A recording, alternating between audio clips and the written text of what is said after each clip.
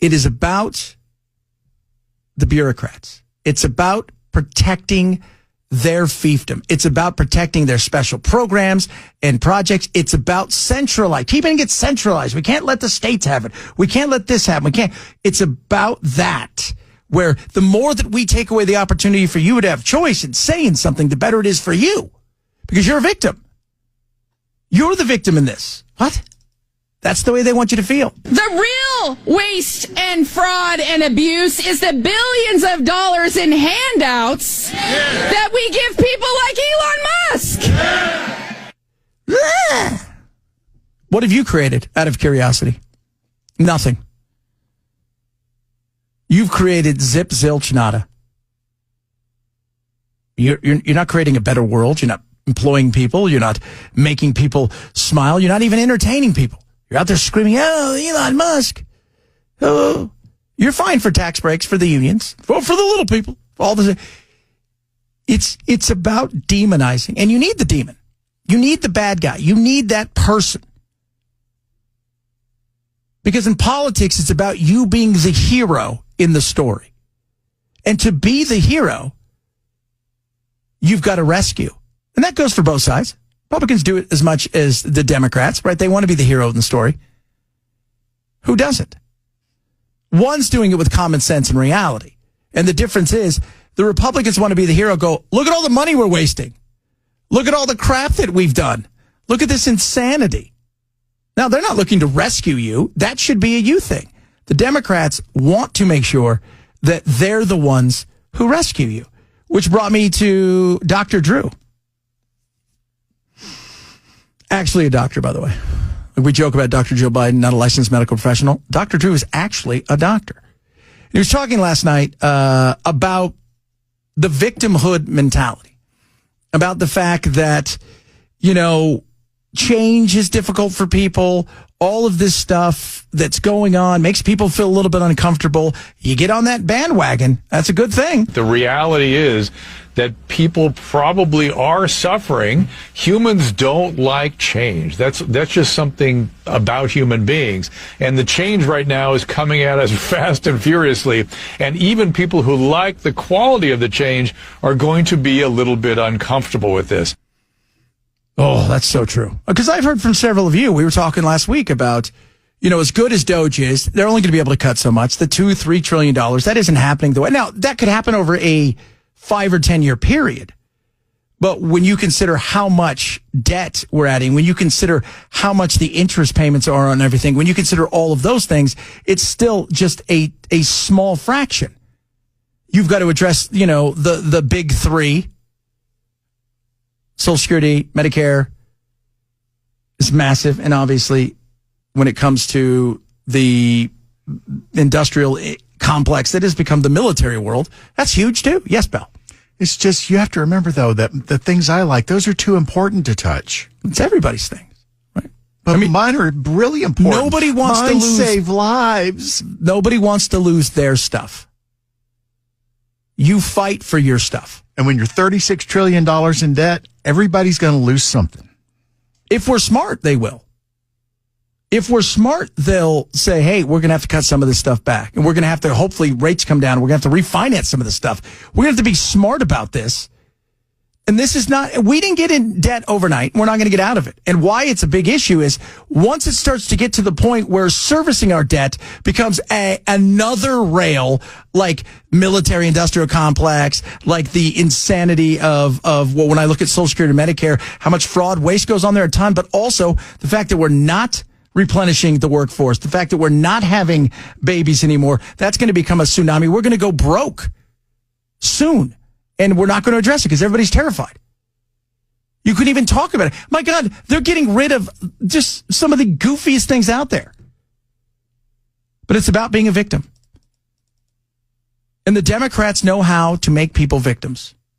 That's their specialty. It's like, what are you good at? Making people victims. But I've been thinking lately that, when you put that quote up there, it's feelings of helplessness that people are describing. And grief. They're grieving a lost sense of themselves and their world. And that previous sense of themselves, I really believe, was a sense of themselves as victim. I think people have been sort of falling into this victim posture, and they've entered into something that's called the drama triangle or the Cartman triangle, which people are in the victim role, and everyone else has to either be a rescuer or a victimizer. And they have casted the rest of the world as victimizers. There you go. So if you support DOGE, or whatever the hell it's called this week, Department of Government Efficiency, you are a victimizer. You're victimizing these people. You are the oppressor. You are the person that is hurting these bureaucrats. You are the person who is destroying their life. You are the person who is forcing them to maybe take 8 months of severance and benefits till the end of the year and still keep their pension. You are that person that is evil. I have to be honest. I've never met a bureaucrat that didn't deserve a pay cut. No.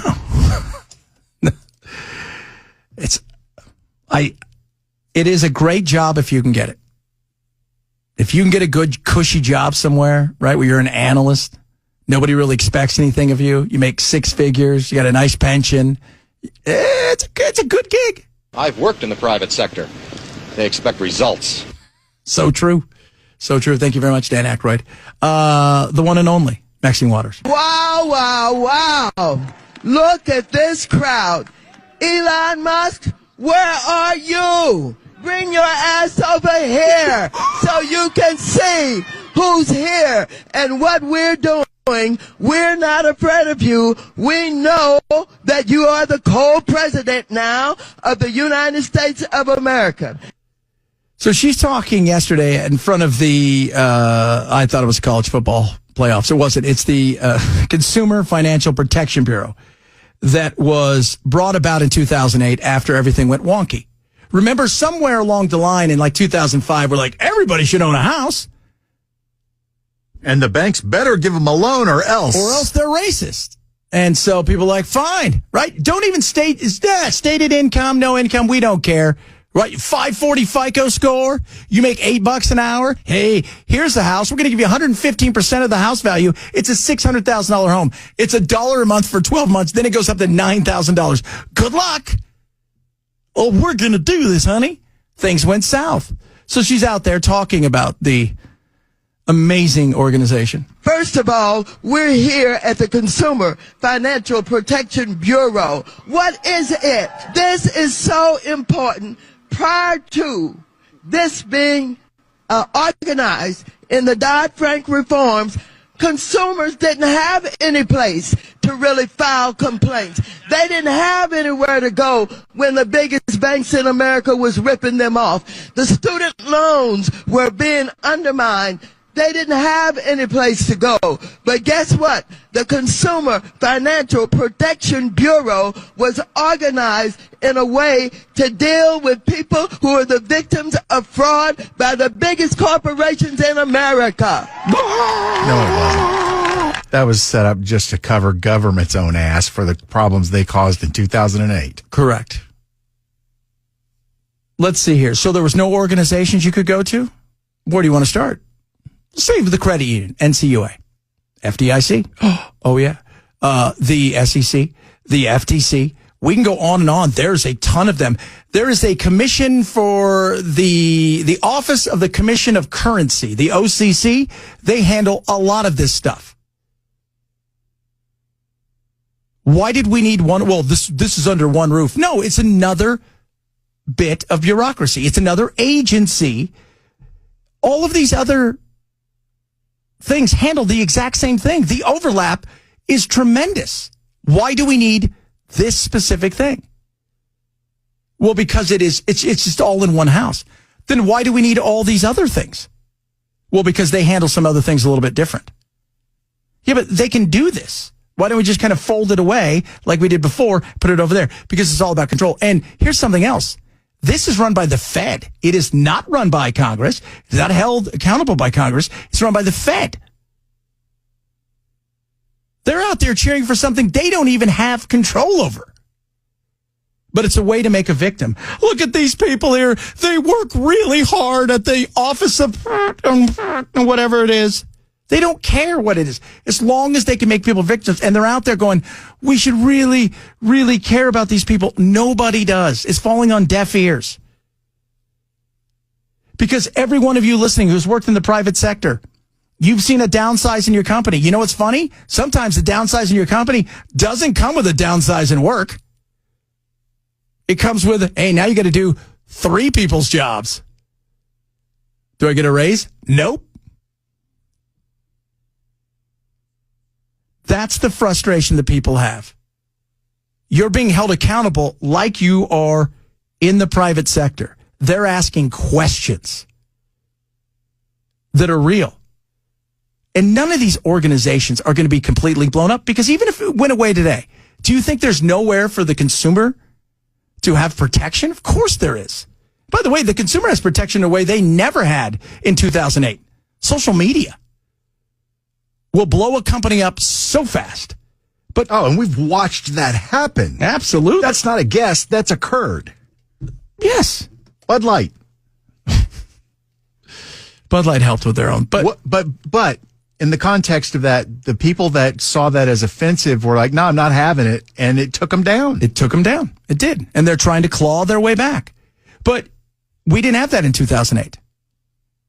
We didn't have a lot of these things, but we had all these other, we had the FTC, we had the consumer super currency OCC, we had that. We had the FDIC. We had all of these other things that were out there that were already doing this. Could you imagine tomorrow if, like, hey, we're not going to get rid of you. We're just going to open up another place that does exactly what you do. In the private sector, you'd be like, what? But in government, you're like, oh, cool, new agency.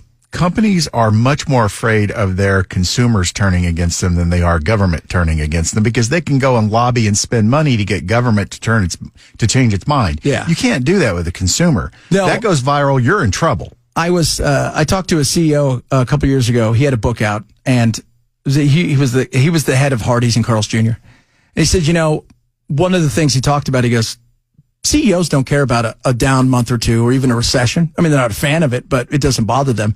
What they cared about was being dragged into some sort of social justice battle that they didn't really want to be a part of, but they felt they had to take a side on, even if they didn't believe in it, because otherwise the penalty would be, the scarlet letter. And they didn't want to be a part of that, which is crazy to think, oh, we don't care about profits the way that we used to. We don't care about success. We care about whether or not we're going to be branded something. Welcome to the new world. Although luckily, I think common sense is coming back in a lot of that.